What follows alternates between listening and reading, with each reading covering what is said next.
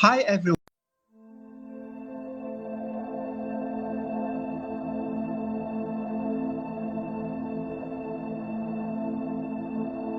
Hi everyone, this is Rene Bisquera, your fortune teller and at your service.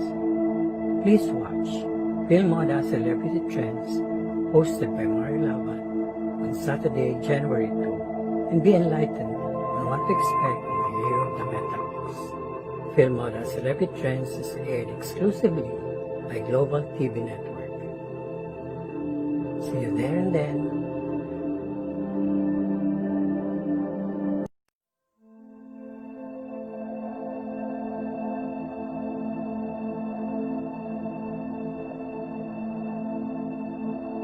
Hi everyone, this is Rene Bisquera, your fortune teller and at your service. Please watch Philmoda Celebrity Trends hosted by Mario Laban on Saturday, January 2 and be enlightened on what to expect in the year of the Metaverse. Philmoda Celebrity Trends is aired exclusively by Global TV Network. See you there and then.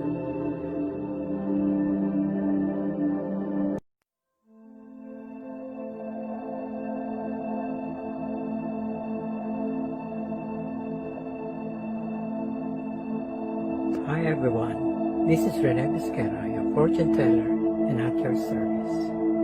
Please watch Philmoda Celebrity Trends hosted by Mario Laban on Saturday, January 2 and be enlightened on what to expect in the year of the Metaverse. Philmoda Celebrity Trends is aired exclusively by Global TV Network. See you there and then. Hi everyone. I'm Mario Laban and welcome to Philmoda Celebrity Trends, where beautiful people meet and every story must be heard. Tonight's episode will be a bit different from the usual, but very interesting.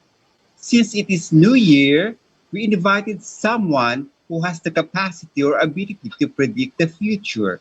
Not necessarily that you must believe or follow what he says, but it will serve you as a guide in making a decision for yourself and eventually lead your path for a better tomorrow.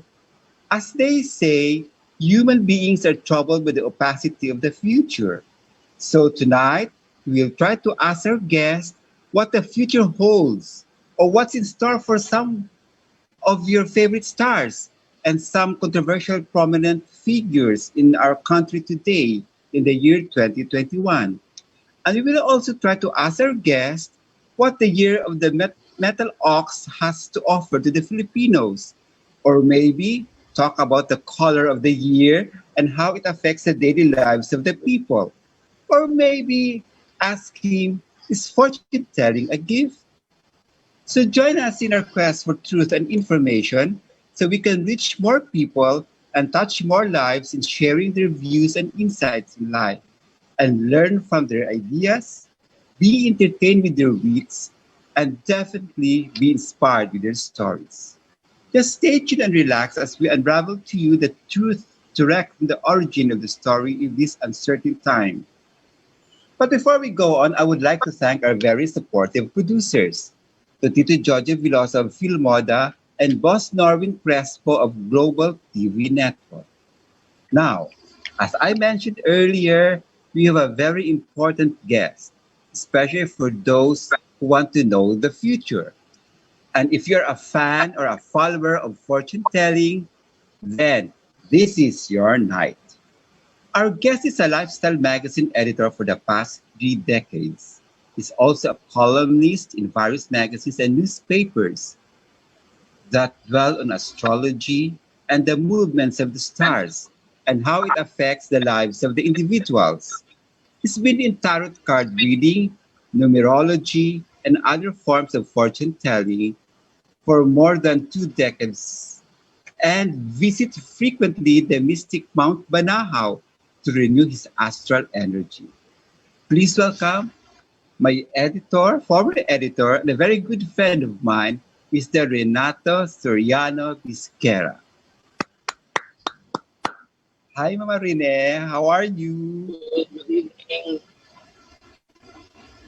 Oh, nawala ka. There you are. Long time no see. Yes. Yeah, so how was With the Christmas? pandemic. How was Christmas 2020?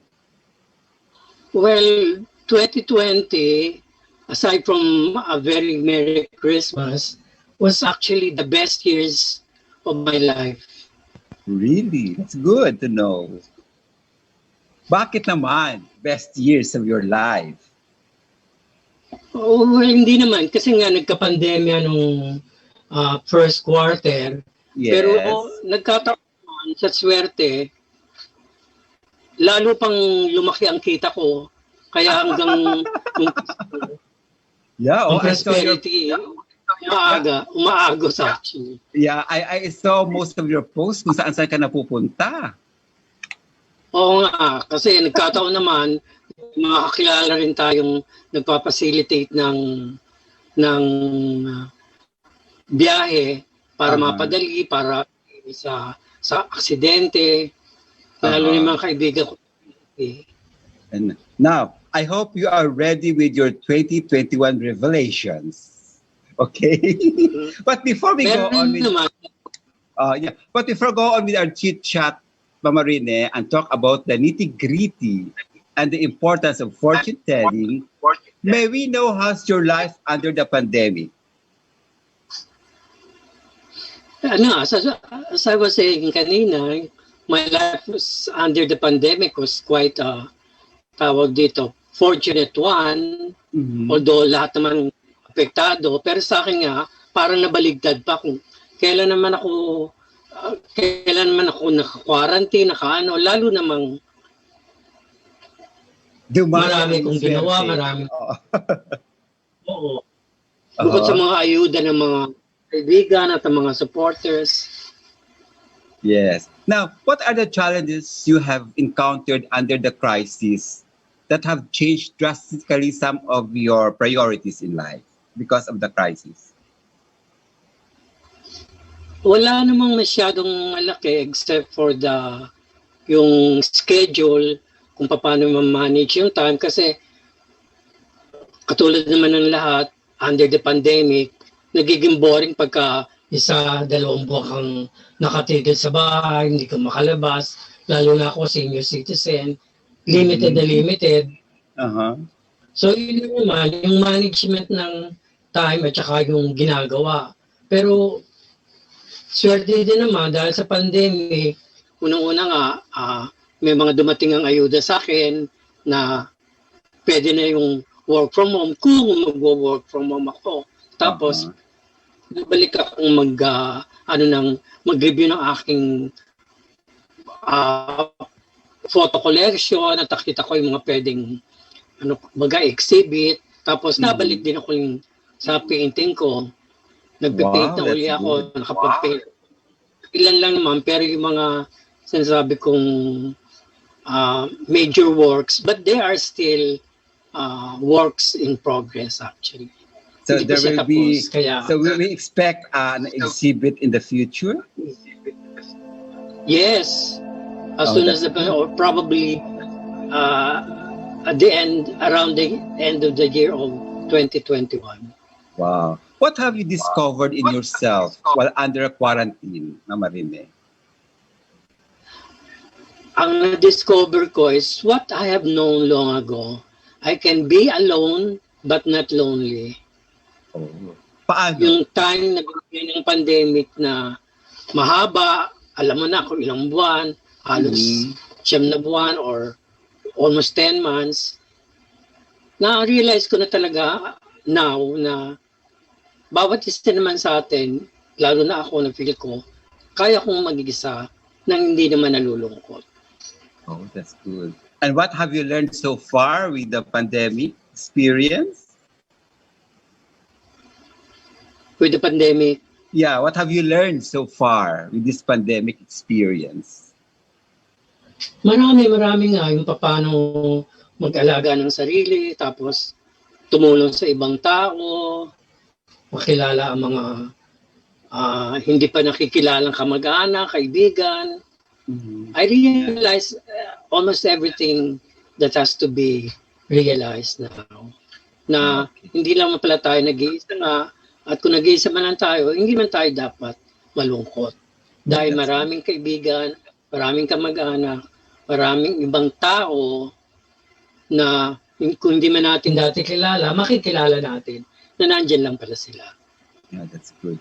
Mama Rene, somehow, did you ever predict or had an inkling in your past fortune telling or any signs you felt or seen that this virus was coming and inevitable?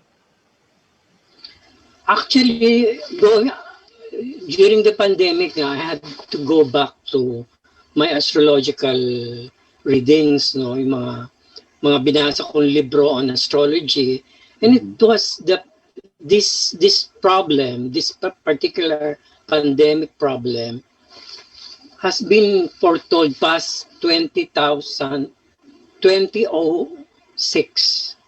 Oh. Ganun katagal, 14 years ago. In a Uh-huh. book by Philip Brown, which is titled Cosmic Trends. Pero during that time, nabasa mo rin siya in 2006. Nabasa ko yan mga bandang 2010. Oh. Pero hindi mo, parang you took it for granted din. Parang hindi mo masyado siyang dinibdib. Oo, kasi nga, cosmic trends lang naman yun. At saka, yun na nga, hindi naman ako masyadong active dun sa astrological research because of the many things I have to do in my work sa Women's Journal, tapos lahat ng biyahe ko pa, and then may tawag dito, may participation sa mga activities ng National Commission for Culture and the Arts. Mm-hmm. So, I had no time to reread my astrological researches until the pandemic came and I had to go back to rereading them. So, nagkaroon ka ng more time to reread all those astrologicals. Oh, that's good. Now, let's backtrack a little, Mama Rene. Of course, I know you are a journalist, a writer, an editor, and a tourism graduate. Now, just to give our viewers a bit of yourself and who you are, we would just want to know, how did the gift or the ability of reading the future of fortune telling start? Ay, ganito yan, nung pagka-graduate ko ng high school, then into college, nagbabasa na ako ng mga horoscopes sa magazine, sa dyaryo. And it got me interested kasi there were times na parang totoo na nangyayari yung nabasa ko sa mga horoscopes sa dyaryo magazine. Nagbibili ako ng mga libro on astrology, noon, ang mura pa pala at madali umorder ng mga astrological books na napakarami, milyon-milyon, na madaling umorder from New York, Australia, India, and dito rin, merong mga mangilan-ngilan na mga in Tagalog, pero basically, mga almanac lang yun, yung tinitrace lang yung lakad o movement ng stars sa yung tinatawag na almanac. May mga nabibili niyan sa sa Quiapo Church, sa labas ng Quiapo Church. Tapos nung about 19 ng tawag dito, so interesado na ako, nagsusulat ako ng tapos nag-aral na nga ako because of the books, through the books. Ngayon, syempre, ang una kong ginawa ng chart, yung sarili ko. Oh. And then, I left it at that until noong 1987 or 88, I had the opportunity to attend an international conference in Russia, particularly in Vladivostok and Nakhodka, which were places in Russia then were off limits to most citizens from all other countries. But anyway, to make it short, nagkasakit ako sa Vladivostok. At na-hospital ako na hindi ko alam kung ano mga sinasabi dahil walang marunong mag-Ingles na mga Russians. So, pinako ko na lang, pagka nakauwi ako ng Pilipinas, I will formally write a column or even a simple horoscope column for the newspaper which I used to write for then in Daily Express. Mhm. So luckily, at ewan ko, by the grace of God or siguro in tawag dito, I saw it also in my chart that Mhm. I would have a sudden parang accident when I tawag dito, when I would be out of the country in a foreign, strange land, and particularly a communist Country. ruled country. So And anyway, it sulit, happened. Oo. it happened. But that's Yeah. on hindsight. Lalo na nung inanalyze ko yung chart ko pagbalik. Ito pala yung ibig sabihin. But Uh-huh. anyway, so the chart also said that I would be able to go home.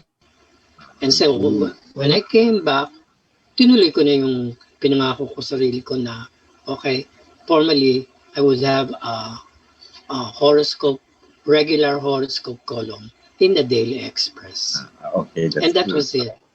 So, and then after Daily Express, uh, nag-move, nag-move naman ako to tawag dito, to Woman Today, which we founded in 1983.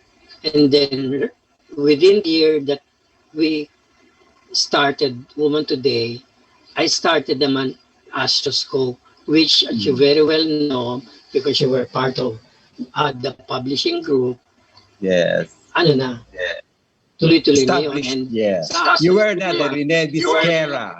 oo, lahat yan, tawag dito, lahat ng psychic or divination tools, nandun Nandun ang Uh-huh. numerology, nandun ang feng shui, nandun ang palm reading, nandun din Tarot ang, well, of card. course, there should be, and then there's tarot card.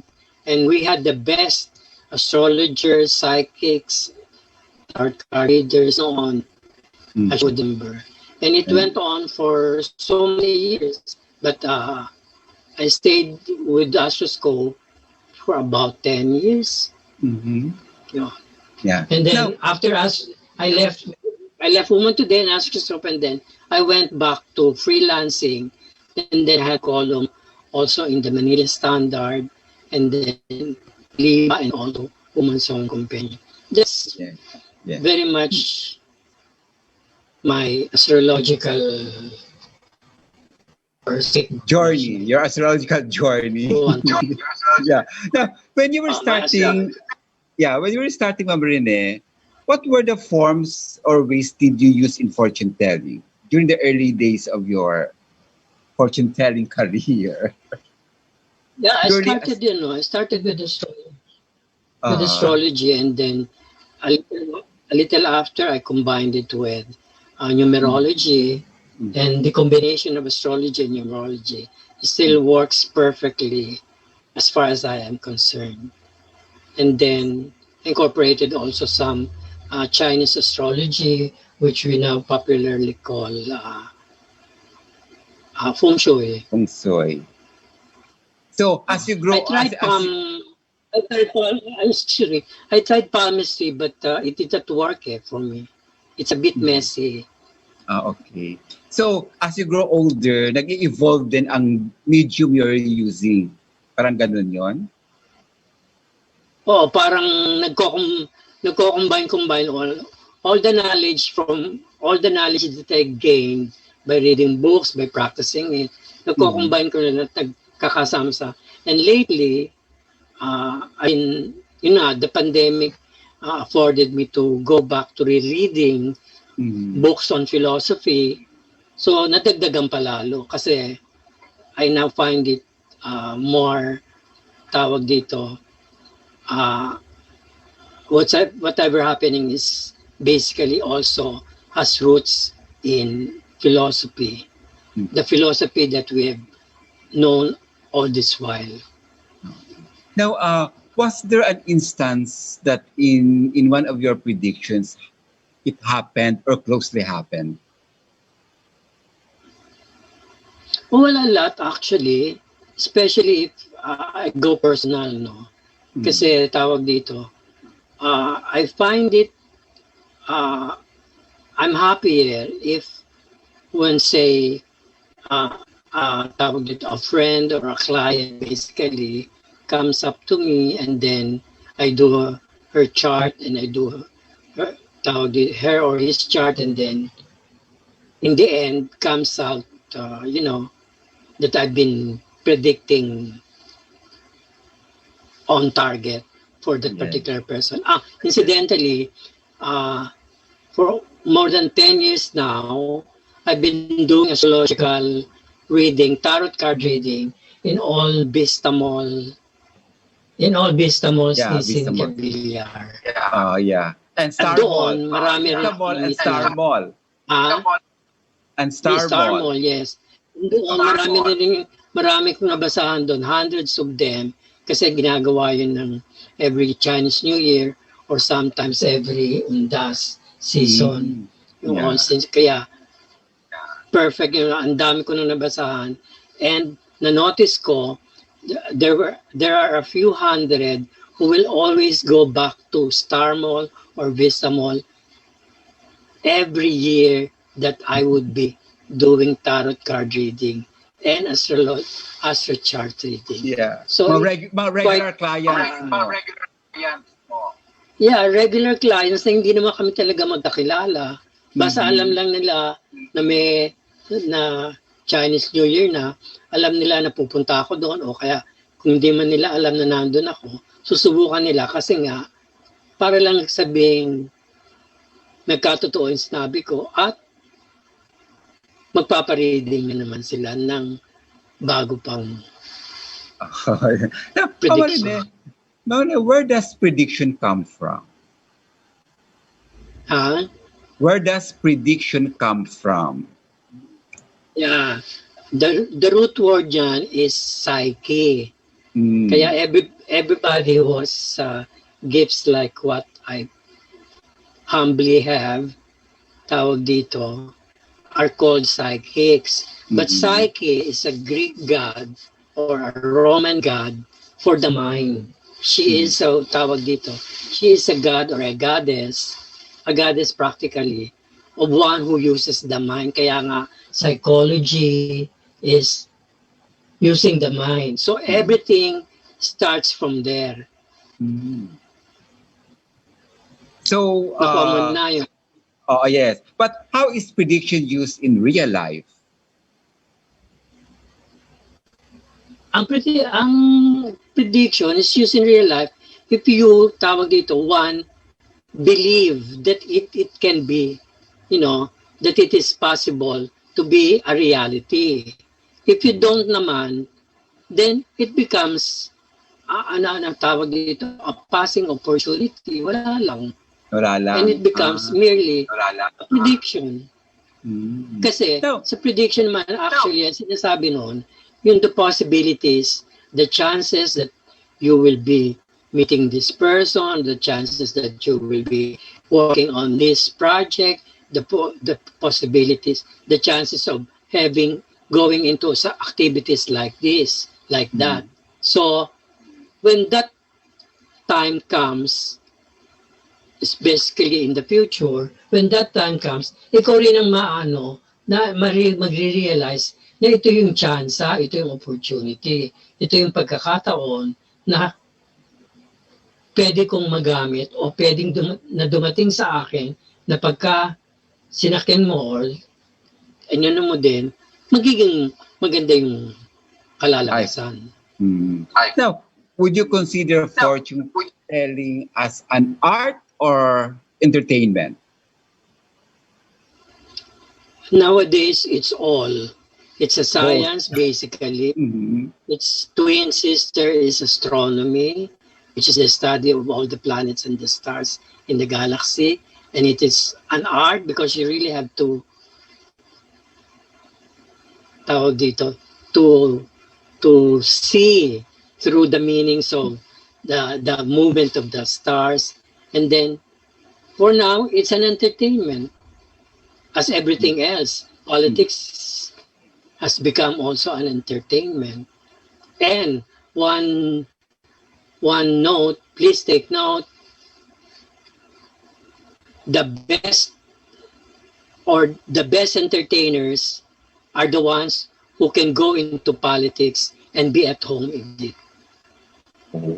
The Philippines has great many examples, yung mga entertainers na napunta sa mga taga-showbiz na napunta sa politika, and they make their greatest successes when they go into politics. Do you expect more in the coming election? Oh yes, of course. Now, Mama Rene, can you predict your own future? Basically na nga, ginawa ko yung chart ko, but it serves me as a guideline. Nakita ko lang doon yung time frame. Kasi the chart is a bilog.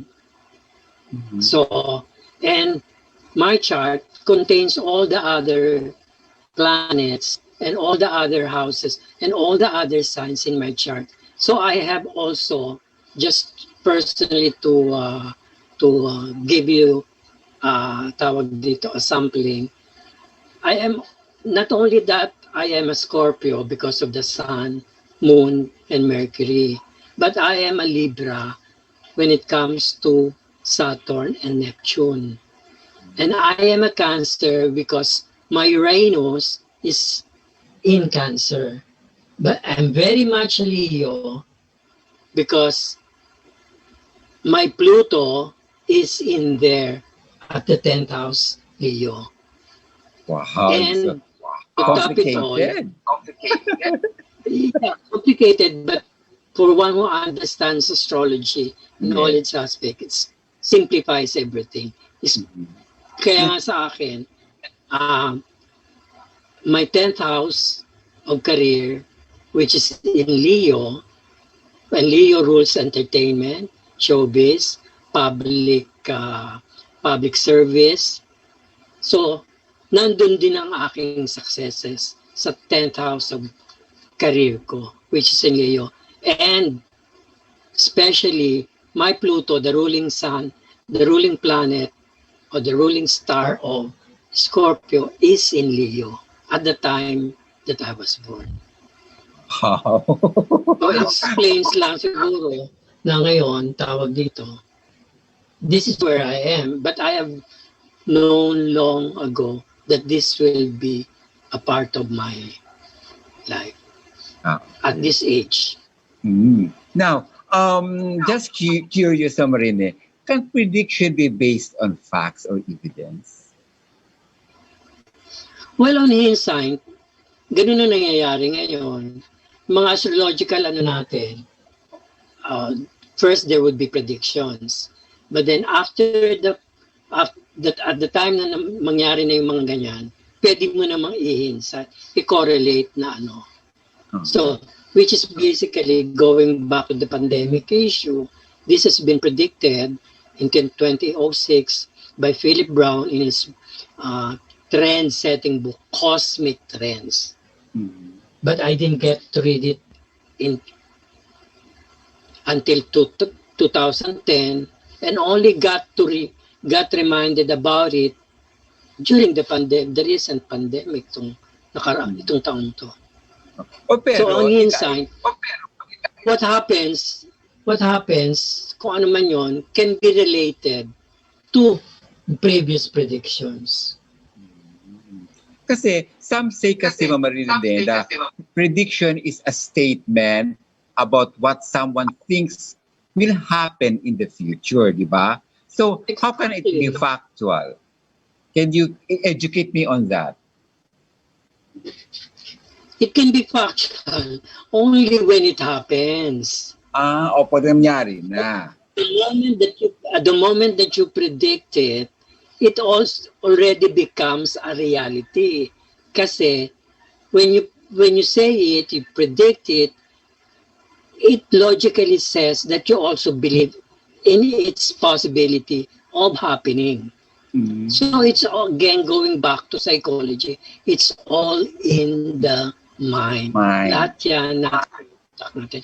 And everything, whatever it is, from the smallest starts with a concept, with an idea in the mind. Mhm. Okay. Now, in your years as a fortune teller, what are the common problems you've encountered with clients? Oh,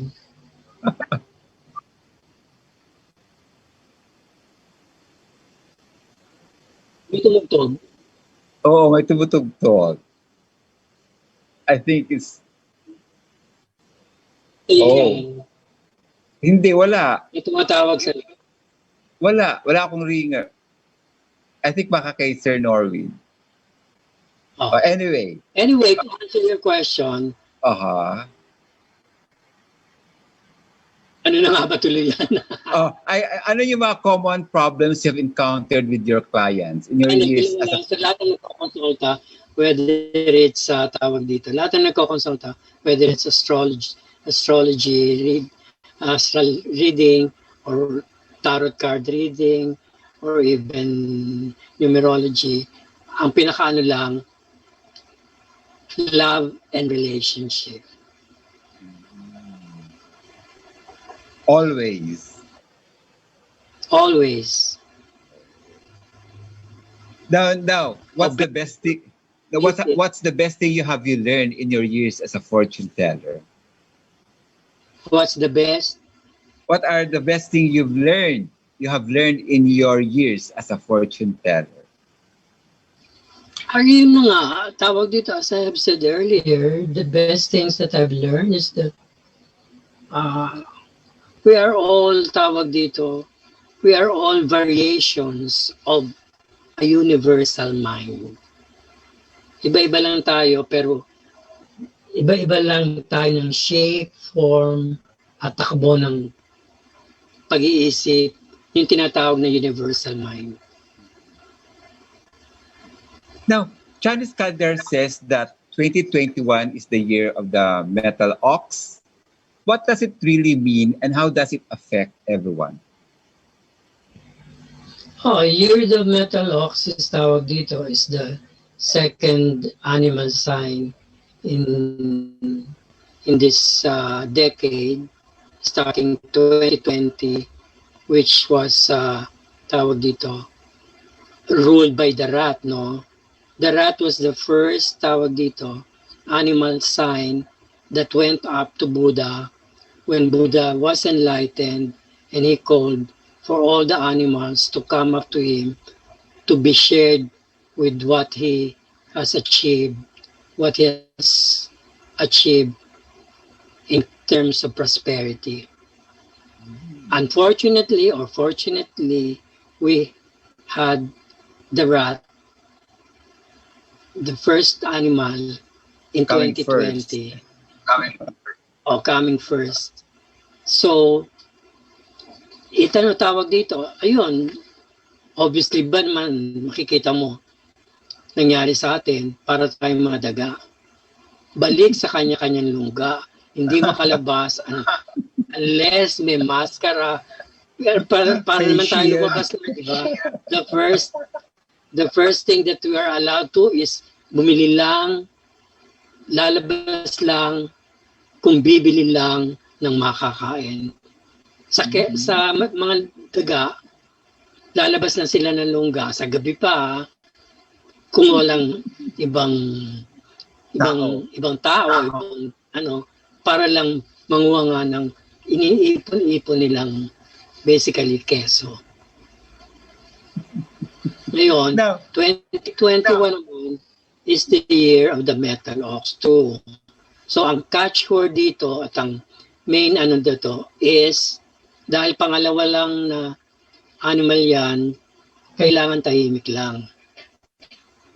Tahimik at tuloy-tuloy ang ginagawa. Kaya lang, ito, kayod kalabaw. At nandiyan ang swerte kung nasa isang bukid ka na mag-aararo ka, dahil kalabaw ka nga, ay maganda ang kalalabasan. So, year of pero the wala farmers. namang Year of the farmers ngayon. Yeah, actually. And basically, if you translate it to the talagang panahon yun ng mga magbubukid. So more food. Yes. Oh. More Kasi prosperity. I-relate ko din yan sa nangyari. The pandemic started in the year of the rat na yun. And it was tawag dito, it is still a health issue. The pandemic has 3 stages Like? 2020, it is a health issue. Sama mo na lahat dyan, politics, but still basically an health issue. Pero ang pangalawa, in 2021, the pandemic problem is an economic issue. So, din papasok nga yun, sinasabi kong Year of the Metal Rat, kailangan kayod kalabaw kasi talagang critical itong taong to, 2021, ay tawag dito, maging mahirap sa pagkukunan ng ating pagkain, kabubuhay, nutrition. Third, this is going ahead. Next year, in the year of the tiger, it's going to be a talagang social issue na. Lahat-lahat dyan kasama na. Social issue. An election year. 2022. Yes, very political. Yeah. Kaya nga tayo swerte natin kasi swerte or fortunately or unfortunately, we are at that moment na in the history or probably in the astrological history of the Philippines, we are where we should be and where we can be, tawag dito, where we can take off successfully. Despite the many problems, despite the pandemic, all the challenges that we have. And we will survive. Of course. Mm-hmm. Ang hindi nagsusurvive yung naalala nilang o nagde-decide na silang mamatay. O yung mga pinabayaan ng kanilang mga sarili na maging malusog or whatever. Which is one thing I would like to share also. The pandemic period, this year, 2020, should have given us the period to strengthen our health, our immunity, basically, as every doctor would say. Yun lang. Now, how about the so-called color of the year? Does it affect our lives if we wear that color the whole year of 2021? Siguro, dumadagdag lang yun. Pero sa akin kasi basically, ang color na dapat kong gamitin ay yung assigned sa'yo ng astrology. Like for example, Taurus has the green color as his lucky color. So use it in all ways that you can, in all the ways that you can. Kasi it's natally or astrologically linked to your sign. Oh, yung pala yun. ang Pisces, ano ang color? Green, aqua green. Tawag, yung tinatawag na, ang sa kanya yung turquoise. Is that the one that's the green, blue, green? Blue, green. Yes. Yes. Yes. Kasi it's actually water talaga, turquoise. Okay. Now, this is it. Maalis, for example. And then, if you're going to get jewelry o bilhin mo yung tunay, huwag ka nang bibili ng mga sinasabi ng mga feng shui, dyan, ito ang lucky color, ito ang lucky stone. Kasi para mag-work yan, kailangan yung tunay dahil yun ang totoo. For example, for Taurus, you should buy real jade. O kaya, you have to invest. But that's what you also want, prosperity. So kailangan naka-align yung mo, yung idea mo with your ang katulad ng Aries, the best that they could have is diamond. So, huwag kang bibili ng Russian diamond. Bibili ka talaga ng may karat. Ang nako, mahal pala pag sa astrology ka. Mismo, di ba nga maraming nagtatanong sa akin kung paano mag-consult. Sabi ko, madali naman. O, magkano babayaran, fee. Sabi ko, yan naman, hindi na pag-uusapan yan. Pero the universal law with astrology and all this psychic, is there should be an exchange of energy. So it's, sa akin, I've come to the, ang sinasabi ko, any amount between 1 peso and 1 million is fine. Kasi mahirap kasi i-qualify yung or i-quantify yung energy, exchange of energy, Mama Rene. Paano ba yan? Eh di yun na nga. Madali nga kasi sinabi ko na nga sa iyo. Between 1 peso and 1 million. Masaya ka dun sa binigay ko sa yung reading or prediction. Then you can give me, at least nga 1 peso, okay na. And if you have a little more, o 10 pesos, di okay pa rin. And then if you feel a lot more tawag dito, happy, then 100 peso would probably be okay. But of course, nasa sayo na nga yun. Kaya nga, binabalik ko dun sa kliyente na any amount between 1 peso and 1 million is fine with me. So, paano yan? So, kung mas malaki, it means happy siya. Kung mas malaki, happier. Siya na nakakaalam nun, syempre. No? Oo. Now, this is it. Marami rin akong kliyente na sila na nagsasabi, sige, kasi pangarap ko, kaya yumaman na magkaroon ng 100 million in the bank. Wow. Idea naman, sa likod, sa utak naman nila, pag dumating yung 100 million na yon, or even before 100 million, every time na magkakaroon sila ng binabalikan ako at yan, kapalit pa yan ng yan na exchange. Nangyari na ba yan, Mama Rene, na binalikan ka ng client because nangyari yung pagbasa mo ng kanya?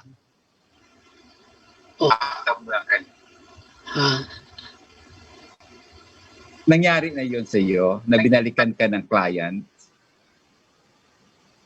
Marami.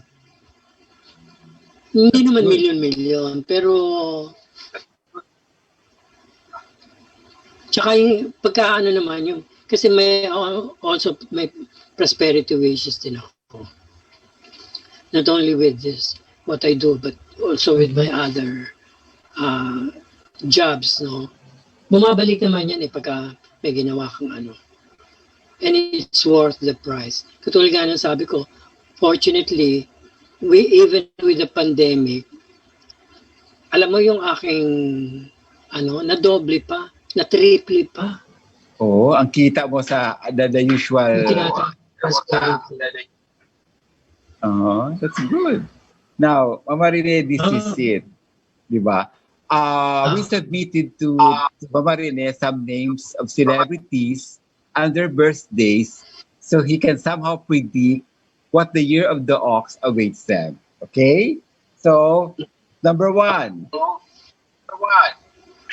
Alden Richards was born January 2, 1992.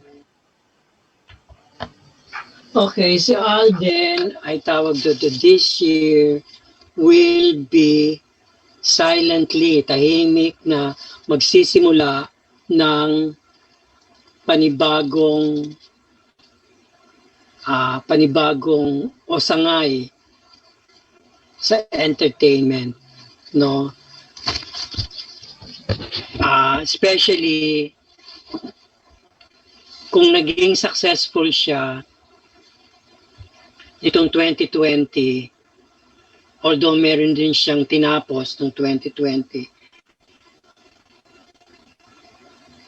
Ngayong 2021, tatanungin naman niya kung ano lahat ng nangyari na sa kanyang maganda ay tutuloy pa o kung yung questions like, is this the career, the family setup, the friendship that I would maintain for the rest of my life? So it's a very critical, the word is spiritual year for May mga doubts na Alden siya. Richards. May mga doubts na siya Oo. sa kanyang sarili at sa career niya. Hindi na kailangan ng may magbago o kaya may kailangan ng iwasan, mag-anak, kaibigan. This is the year na mangyayari sa kanya ngayon. Especially, ang lapit na ng birthday niya. So siya mag-start o kanya. Baka nagsimula na nga ngayon eh. Oh. So is it a drastic pagbabago? Hindi. Nagsimula na nga yan itong 2020 na nagsimula na siyang tanongin yung sarili niya. Tuloy-tuloy ba itong nangyayari sa akin? O kailan ito matatapos? O baka kailangan mo yung simulan? Yung mga ganun. Yung talagang going into oneself, self-introspection. Started months before, during the pandemic, precisely. Nagkaroon siya ng self-realization. Baka nga nung nag-concert siya, which was, I heard, very successful, baka nga nung duda pa siya kung anong mangyayari. At pinag-isipan na niya na kung hindi maging successful, saan na? Ano na? And this year, 2021, lalo pang magiging intense yung ganyang self-introspection.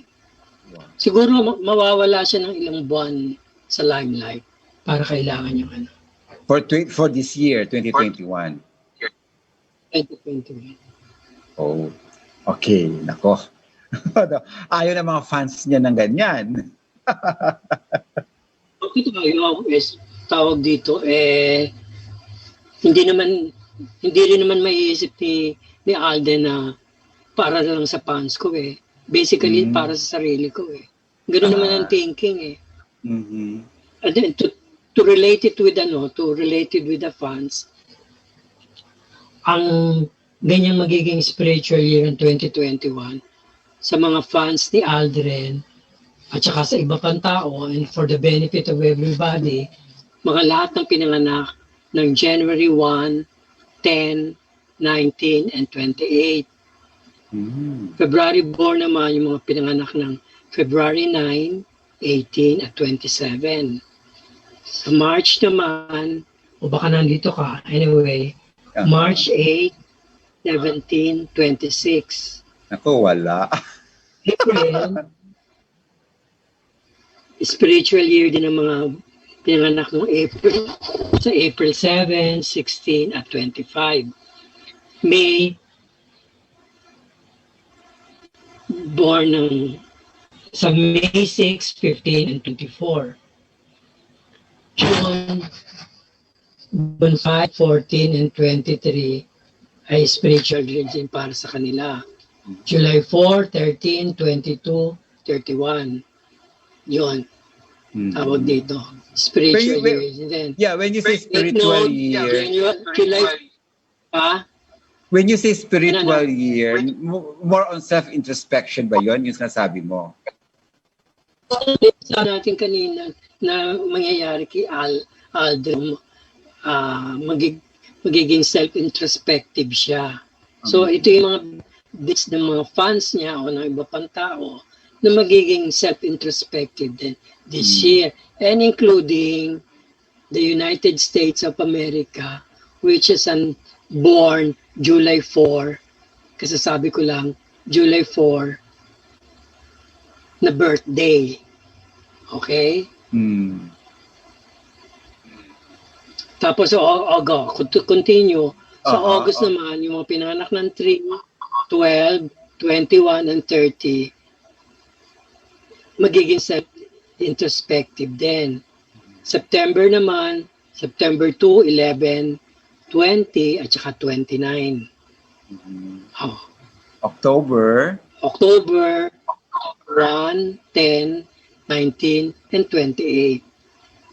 November, November, kasama naman dyan 9, 18, 27. At sa and December, 8, 27, 8, 17, and 26. So yan, lahat yan will be self-introspective itong 2021, including tawag dito, Alden Richards sa mga showbiz entertainer. okay. Now, how about Elijah Canlas? Born August 16, 2000. Bago lang ito, no? Oo, Bata siya yung, pa nito, yung nanalo ng famous best actor ng Khalil. Okay. Khaled. At yung BL series na Game Boys, one of the lead actors. Kailan niya nanalo? 2020? Oh, 2020. Oh, perfect. Kasi, nung tawag dito, itong 2020, nag-start siya talaga ng kanyang pagtaas sa showbiz. Year of the beginning niya sa kanyang career. At talagang award-winning siya itong year na yun, 2020. But,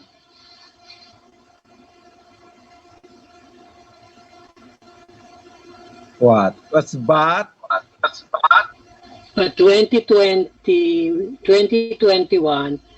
ano na siya, yun nga, yung sinasabi ko kanina, kasabay ng Year of the, tawag dito, Metal Hawks, kailangan tahimik lang siya. Tuloy-tuloy lang ang trabaho, tuloy-tuloy ang activities, tuloy-tuloy ang oras niya sa lahat ng gusto niyang gawin, pero behind the limelight, wala sa publiko. Okay. Now, how about Sarah Hero? Magiging sharp siya. Magiging sharp siya in the mind. Yan yung siguro parang yung tinatanong mo. Kasi nga everybody is a psychic naman. This year, 2021, magiging malakas ang kutob niya, ang mga hinala niya, ang mga ano niya. Magiging psychic siya for his own good. And for his career. Malalaman niya kung ano dapat niyang gawin, dapat niyang sundin, dapat niyang gawin. Na yung dapat, yung lahat ng dapat sa kanya, ipag-iisipan niyo muna. Now, next is Sarah Geronimo. July 25, 1988. Okay, si Sarah ngayon ang mabuong may award na naghihintay o reward sa kanya 2021. And foremost among this is, guess what? Pregnancy. Yes, correct ka dyan. Paano yung relationship niya sa mother niya? Pag hindi siya nagbuntis this year at nanganak, lilipas ang taon. Oh. Paano yung relationship? Yun ang kanyang reward. Relationship sa kanyang mom.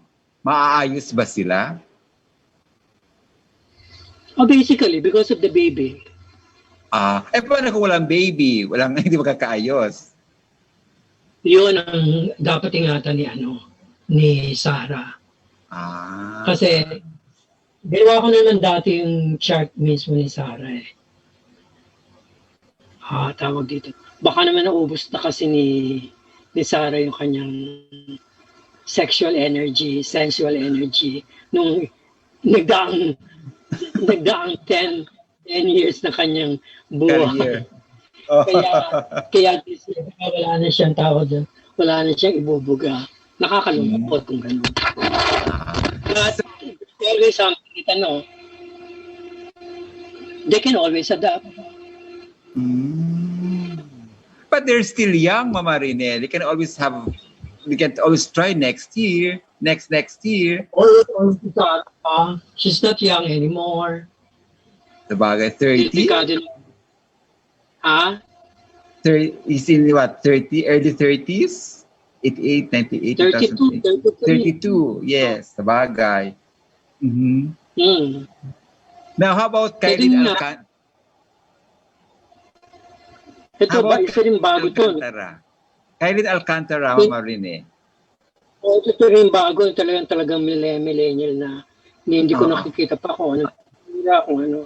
Pero, yeah, born nga siya nung yung sabi mo sa akin, September 3, no? 3, Ito, 2003. prosperity year ni Kylene. Kylene. Maganda. Yes. Wow. Lahat ng ginawa niya nung nakaraang 7 years, ngayon siya mag-harvest in terms of financing, in terms of relationship. Although, to maintain siguro yung kanyang buhay, medyo expensive nga lang. Pero meron namang prosperity na magpupuno sa lahat. At saka kailangan, naging mabuting rin siya nung nakaraang 7 taon. Now, how about Sanya Lopez? August 9, 1996. Ito ang tawag dito, ang kasabay ng pandemya. Hindi ko pala nasabi kanina, no? Yung pandemic issue or tawag dito, COVID-19 particularly, will more or less kasi be in our life for the next at least 6 years. Oh no, really? The real cure and will be able to use to heal the victims, yung mga buhay pa, yung mga nakasurvive, will start lang in 2024. So between now and 2024, talagang critical pa, tsaka dangerous pa for everybody. But going back to Sanya Lopez, tawag dito, more or less, kung ano nangyari sa kanya nitong taon to, whether she became an award winner. Singer ba yan o Actress. Kung sumikat siya this year, it will be more or less pataas, permanently there. Kumbaga naibigay na niya yung tatak ng kanyang acting ability. So pataas pa yan. So, and she will be in showbiz. She will be acting actively for the next 6 years. Wow. Ngayon she's the leading lady of Gabi Concepcion sa show na sa GMA7. Yan. Ganun Yung ka bata?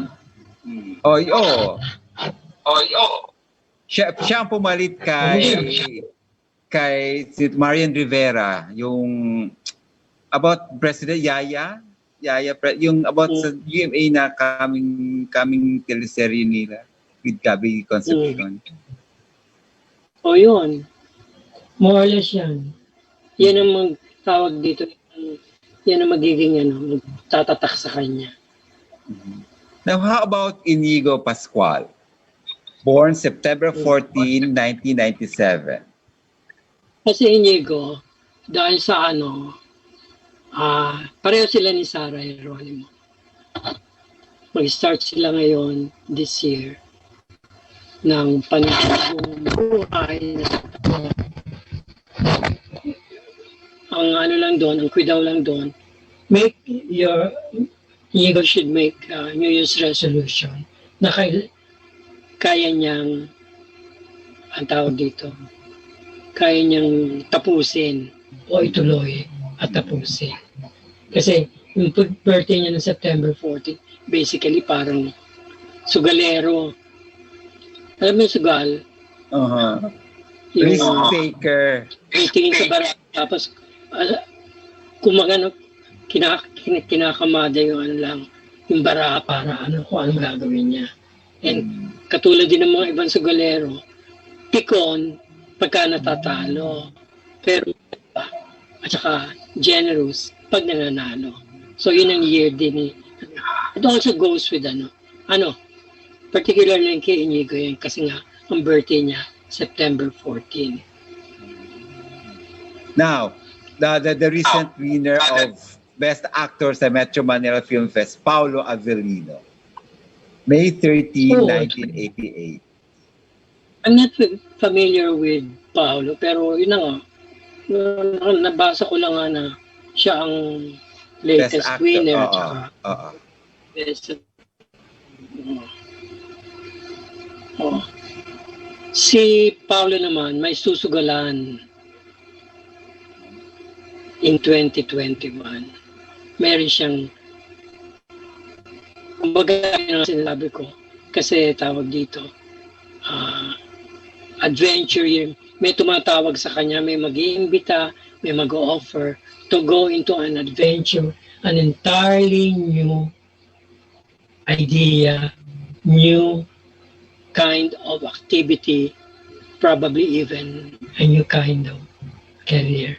But more or less also within the showbiz parameter.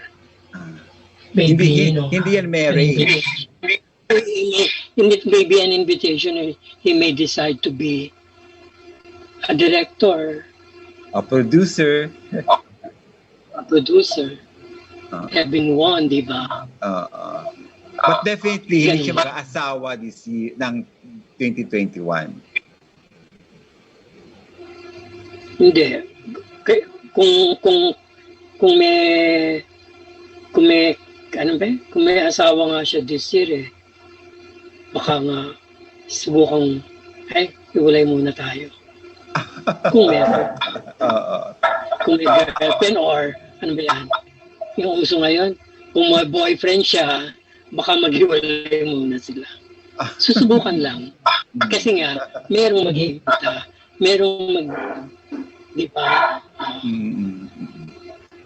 Now, impromptu, Mama Rene, how about Rabia Mateo?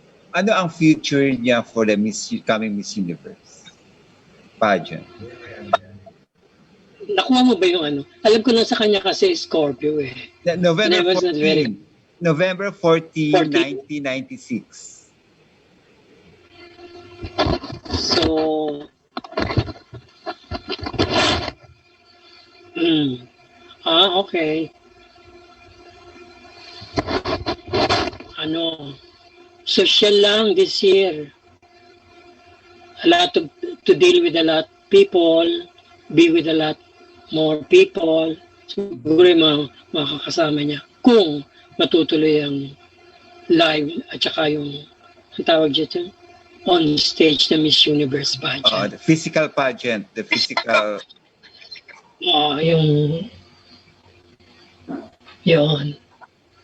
lang. Pero social-wise, talagang magiging, makikilala naman siya. Pero she does not have the tawag dito. Wala sa kanya yung winning this year. This year? Hindi siya. Anong dapat niyang gawin? Anong dapat niyang gawin para manalo siya? I have made a prediction already months ago. Bago pa lang nagsimula pa lang na ma-reschedule, ma-delay yung mga Miss International, Miss Binibini Pilipinas. Nasabi ko, sa Miss Universe, walang magiging Miss Universe from the Philippines until 2022.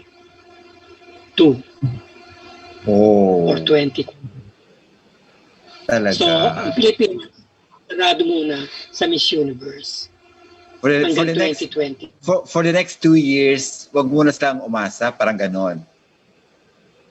Well, gano'n lang ang gagawin mo. Tuloy pa rin yung pa-contest mo, may Miss Universe Philippines. Pero huwag kang umasa na nangyari kay Catriona, kay lahat ng Miss Universe na mangyayari na sa Pilipinas pa. How about the other pageant, the Miss World, Miss International? Wala ka nakikita rin na ganon.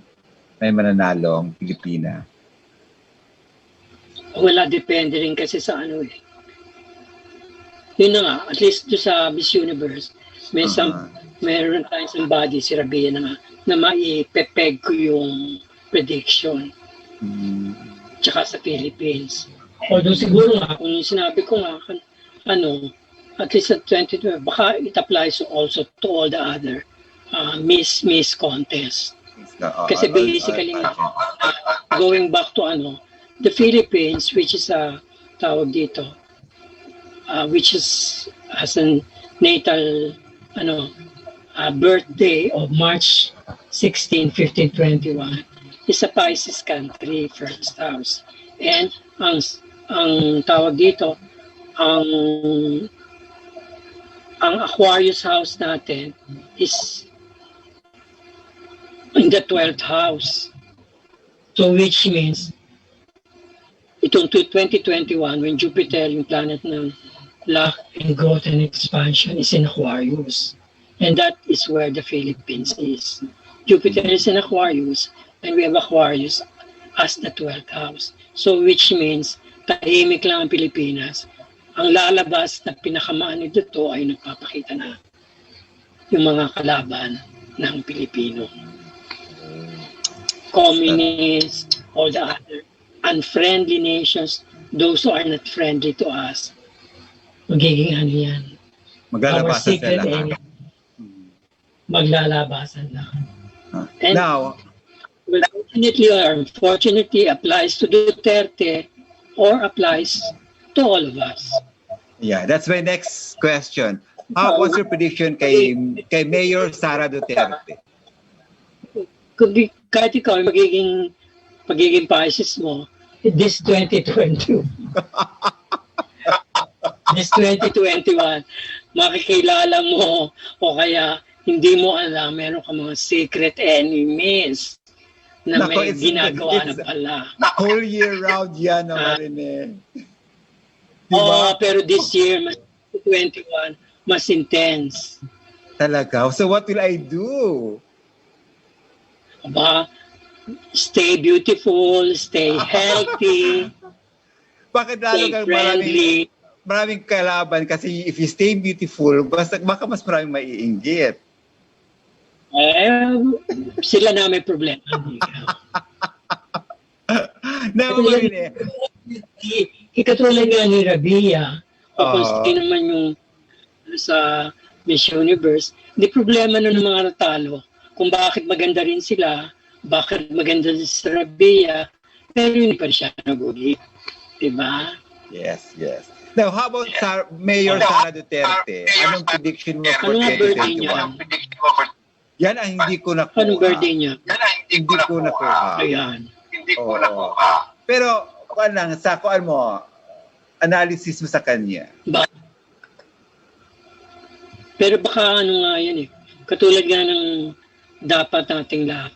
Medyo tahimik this 2021. Although yun nga, makikita na natin yung mga umaaura sa politics, no? Mm-hmm. And Sara Duterte is not an exception. She will always be pushing for herself kasi syempre lahat naman may ambition eh. And hopefully tama ang maging takbo ng isip niya this year. Kailangan marunong siya mag-strategize. Nagsimula na siya magkampanya eh. Kailangan mag-strategize. Pagdating ng 2022, pasok ko na sa banga. Ready na siya. How about President Duterte? Anong nakikita mo sa kanya for 2021? 2021? Ay na nga, yung katulad ng naka-attach kasi ang tawag dito. Ngayon, naka-attach kasi yung kapalaran ni Duterte or vice versa sa chart ng Philippines. And nasabi ko nun sa ibang sa mga ibang nagtanong sa akin. Ang Pilipinas, swerte, maganda ang economy pag ang presidente Aries born like Duterte. Pero in terms of his health, what do you think? I think dapat na yung issue niya yun o problem niya yun must have been taken care of uh, last year pa, actually 2019. So tuloy pa lang ngayon, okay naman siya 2020, magiging okay pa rin siya 2022. Matatapos naman niya yung ano, yung Term kanyang niya. Now, what do you Hindi, think? baka yung ano pa, tawag dito.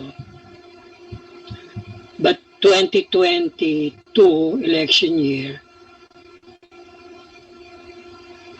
baka nga, tawag dito, he may be in perfect health by that time. Baka nga, gumaling pa siya ng todo-todo, tunay na tunay.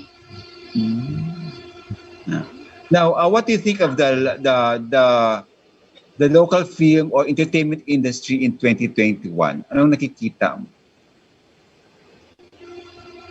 Hindi nga, yung sinabi ko, for the purposes ng lahat sa showbiz, make, tawag dito, 2021, a working year. Wala na yung mga intriga, wala na yung patutan. Gawin mo lang yung dapat mong gawin. Kumayod kalabaw ka nga, di ba? Pero hindi kompleto ang showbiz na walang intriga. Oh, edi, ang intriga, kung sino yung unang makatapos, kung sino yung unang kapag-deliver, kung sino yung, di ba? And basically, magiging ano naman di ba sabi ko kung ano yung nag-start in 2020, magiging more or less permanent for the next 6 years. So, kung sa showbiz, naging naumpisa nitong 2020 yung online film festival, edi everybody should look to doing movies pang online. At kung sino unang makatapos, may intriga o wala, sama mo, then it will be a good 2021 kasi more or less yun ang magiging medium for everything. Kahit nga tayo, di ba?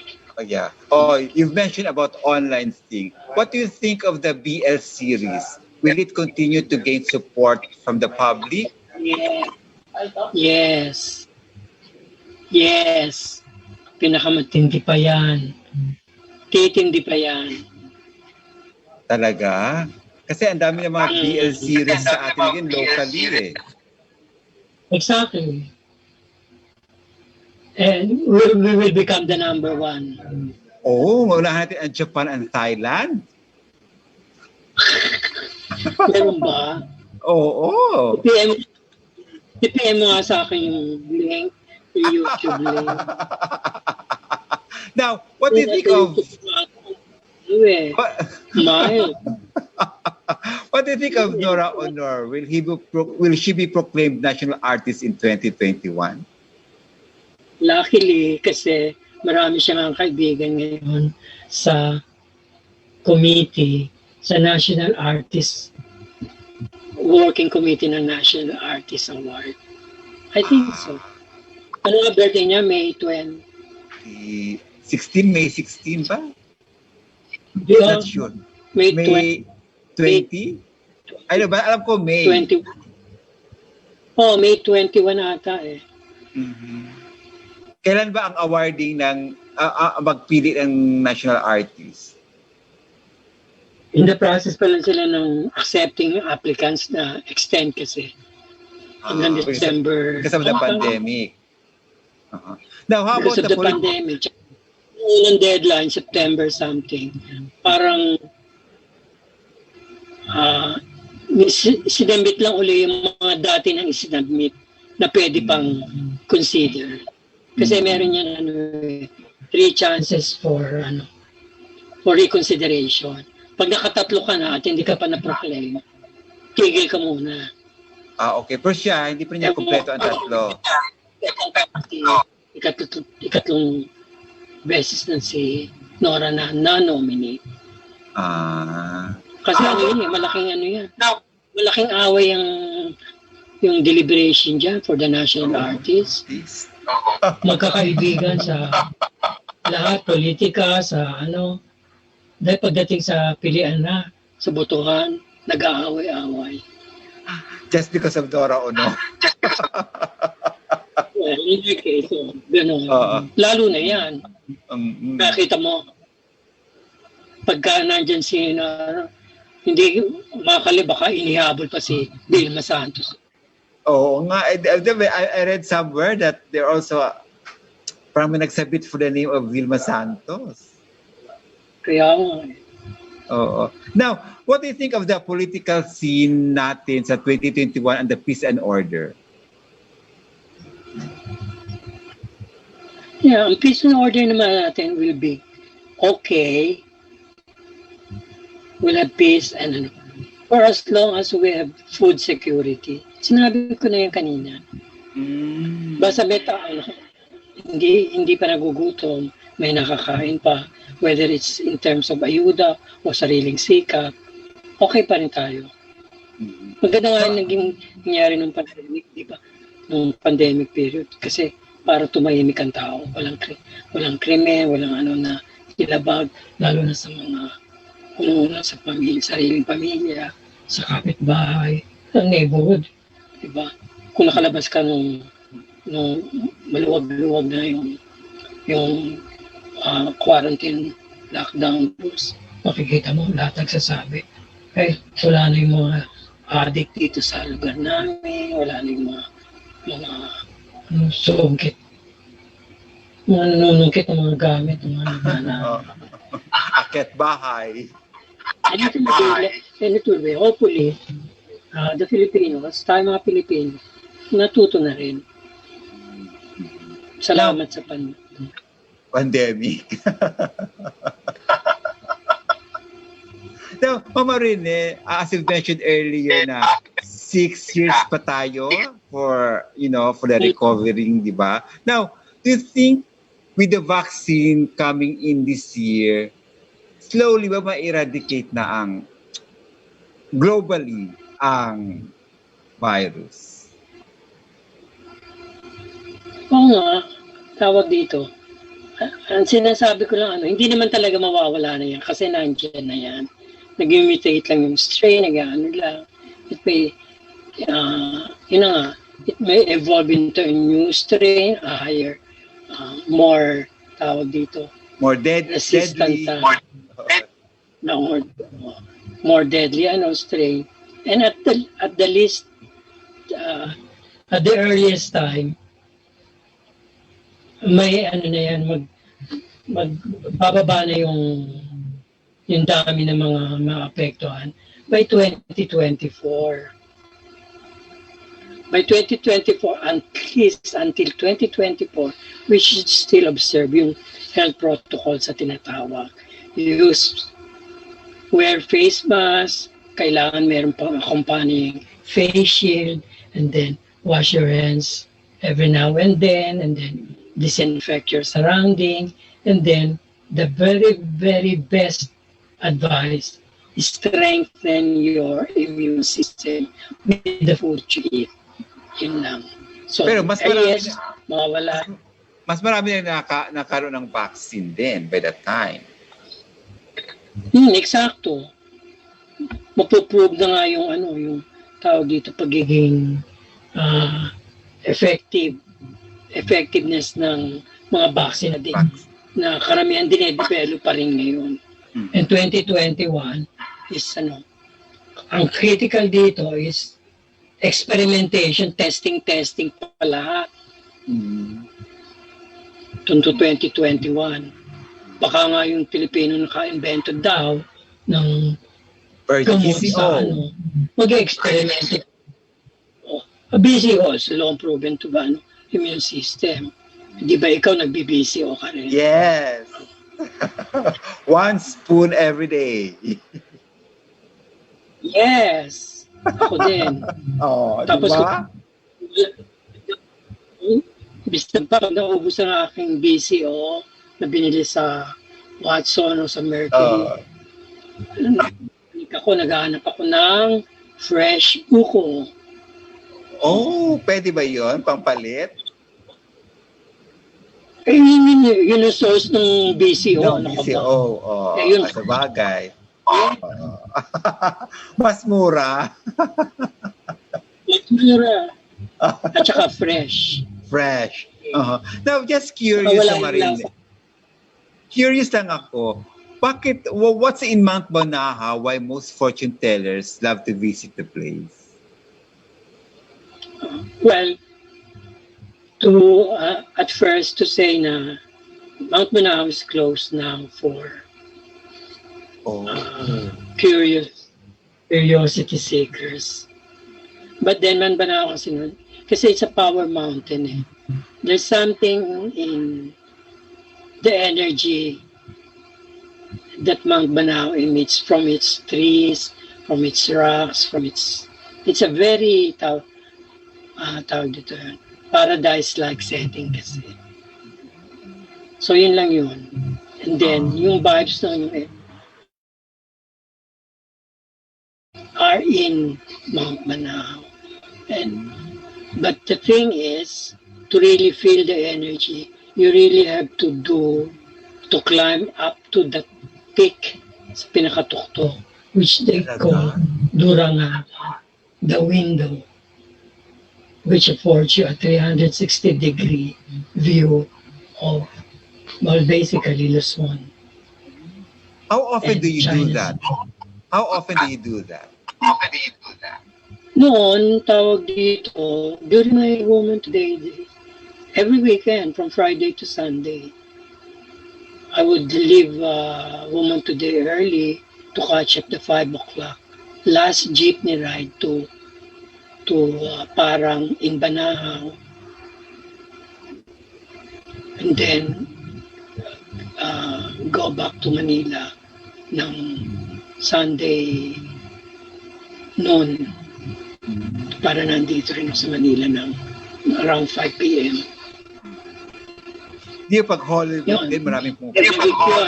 Every week for about 7-10 years. Wala pang nun. Wala pang mobile. Ang mobile phone nun, yung telepono pa rin, na iniikot mo yung na parang motor. So, meron na rin kami ng girl. Diba? Na kasi sa Mount Banahaw. And now it's closed eh. Pero totoo na re-energize ka when pagaling ka doon.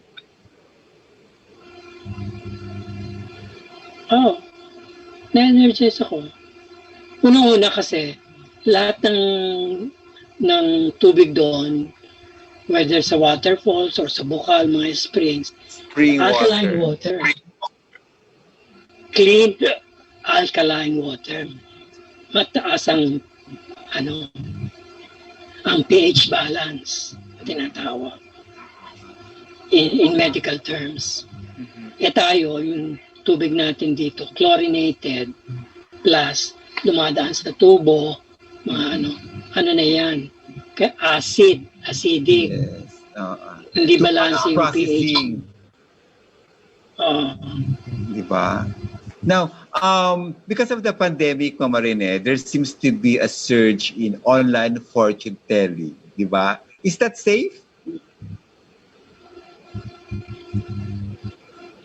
Only as far as astrology is concerned. So it Kasi means... kailangan medical chart reading. It's the complete birth, time, day, year, and hour.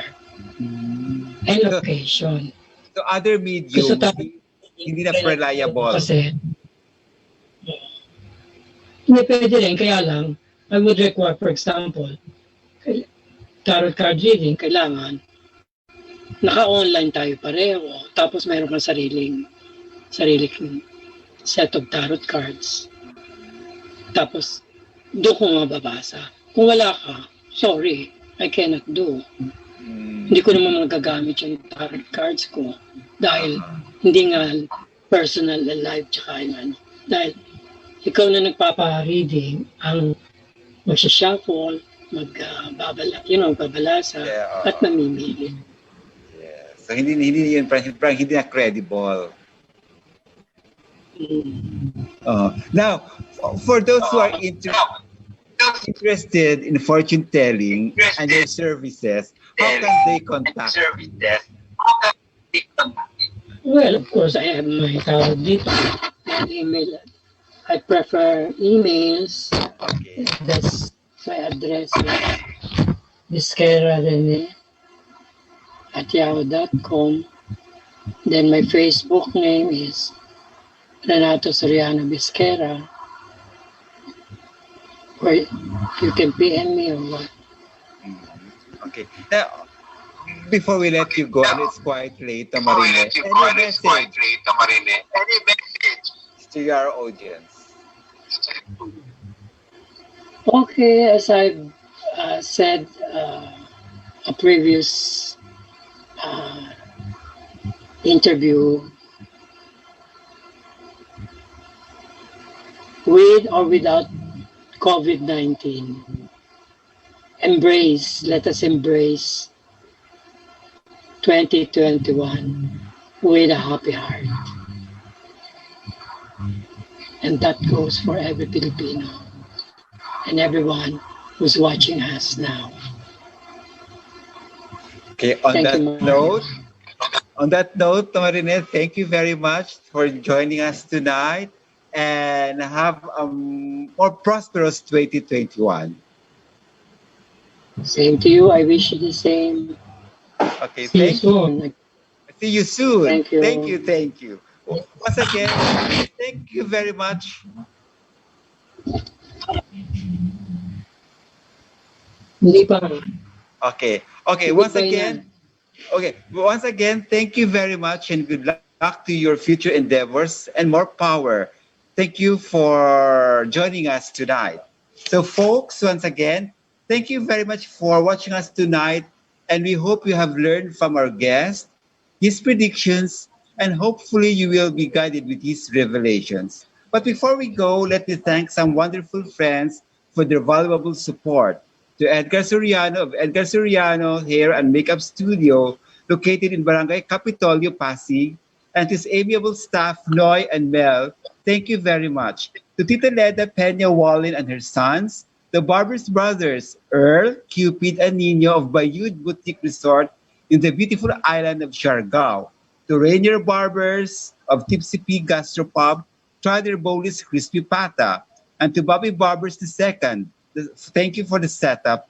Thank you very much. To my relatives and friends in Zamboanguita, Negros Oriental, hi to Councilor Rene Trinidad, and to Mina and Keiki Baltimore, take care always. And to Izu Lady Bell Amores of 98.5 RKFM, and to the station manager, Madame Maria Desiree Adanza, and hi to the lovely hairstylist Josefa Banwa, and to the talented makeup artist and online singing master and host of Hit That Nota on Dino RKFM, Madame Menfi Barbie Aladad. Congratulations and more power to your new show.